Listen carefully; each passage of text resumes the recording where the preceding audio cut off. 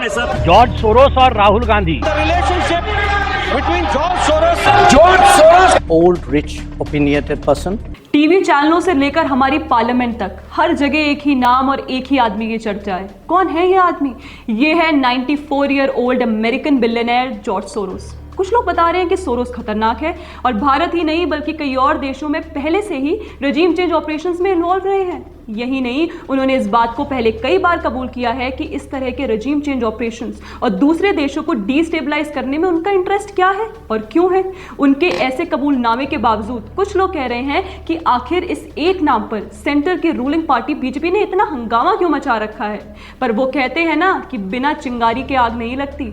तो आज हम आपको बताते हैं कि यह कौन सा खुफिया इकोसिस्टम या डीप स्टेट है जो इंडिया में आग लगाने की सोरोस की कोशिशों में अपनी ओर दे आहुति डालने का काम कर रहा है। ओपन सोर्स इंटेलिजेंस पर काम करने वाली एजेंसी डिसइंफो लैब के इस चार्ट की मदद से हम आज सोरोस के इंडियन एजेंट्स पर बात करेंगे। देखिए, इस चार्ट में सबसे पहला नाम जो यहाँ आता है वो है अनुरिमा भार्गवा का। अनुरिमा 2016 में जॉर्ज सोरोस के ओपन सोसाइटी फाउंडेशन की फेलो रह चुकी है और रिपोर्ट की माने तो इंडिया को रिलीजियस फ्रीडम के पॉइंट पर यूएससीआईआरएफ से ब्लैकलिस्ट करवाने में अनुरिमा भार्गवा की बहुत बड़ी भूमिका रही है। अब जब एंटी इंडिया एजेंट्स की बात हो ही रही है तो हमारे दरबारी मीडिया के गैंग मेंबर्स ना मिले, ऐसा कैसे हो सकता है? तो आपको बता दें कि अनुरिमा का कनेक्शन हमारे रवीश चचा यानी रवीश कुमार से भी है। तो यूएससीआईआरएफ में काम करने के बाद अनुरिमा डॉग सोसाइटी नाम के एक US based documentary and multimedia house में शिफ्ट हो गई थी। ये वही डॉग सोसाइटी है जो रवीश कुमार पर बनाई गई डॉक्यूमेंट्री को लेकर काफी चर्चा में रहा है। और हाँ, ये डॉग सोसाइटी को भी सोरोस की ओएसएफ फंड करती है।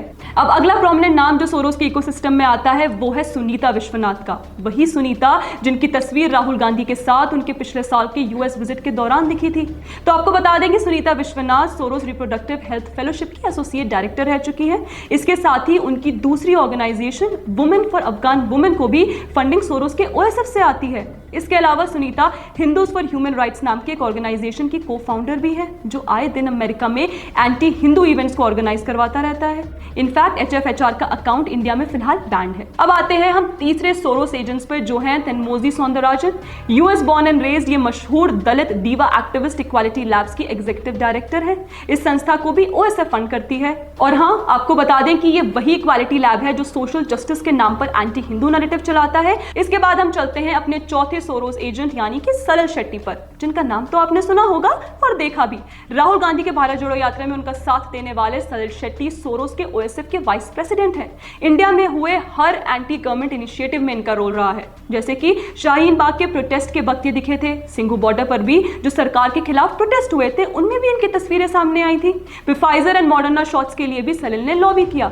और आपको बता दें कि ओएसएफ के अलावा जिस सोसाइटी से सलिल लिंक्ड है वो है एमनेस्टी इंटरनेशनल और एक्शन एड इंडिया, जो दोनों फिलहाल भारत में फॉरेन फंड्स लेने के केस में बैंड है। इसी कड़ी को जोड़ते हुए हम एक्शन एड इंडिया से पहुंचते हैं अपने पांचवें सोरोस एजेंट की तरफ, जो है हर्ष मंदर। सलिल शेट्टी जी के प्रोड्यूसर हर्ष मंदर पूर्व आईएएस अफसर हैं और सोनिया गांधी के एडवाइजरी काउंसिल के एक्स मेंबर रह चुके हैं। ये गुजरात दंगों के बाद वर्तमान प्रधानमंत्री और तब के मुख्यमंत्री नरेंद्र मोदी के घोर विरोधी रहे हैं और तमाम प्रोपोगेंडा में इनका हाथ रहा है। फिलहाल ये दिल्ली बेस्ड क्विल फाउंडेशन के एडवाइजरी बोर्ड में है, जो कि एक फैब्रिकेटेड ऑनलाइन पोर्टल डोटो डेटाबेस चलाते हैं। और इन दोनों ऑर्गेनाइजेशंस का इस्तेमाल यूएस बेस्ड पाक जमात अपने इस्लामोफोबिया के नैरेटिव को चलाने के लिए यूज करता है। इसके अलावा हर्ष मंदर द जस्टिस फाउंडेशन से भी जुड़े हैं, जिसकी स्थापना एक आईएसआई सेपरेटिस्ट अयूब ठाकुर ने की थी। और हाँ, हम सोरोस के कनेक्शन को कैसे भूल सकते हैं? तो आपको बता दें कि मंदर सोरोस के ओएसएफ के human rights initiative advisory board के फॉर्मर चेयरमैन भी रह चुके हैं। अब जब इस्लामोफोबिया की बात हो ही रही है तो इसको लेकर हम छठे सोरोस एजेंट यानी खालिद बेओडुन को भी मेंशन करना जरूरी समझते हैं।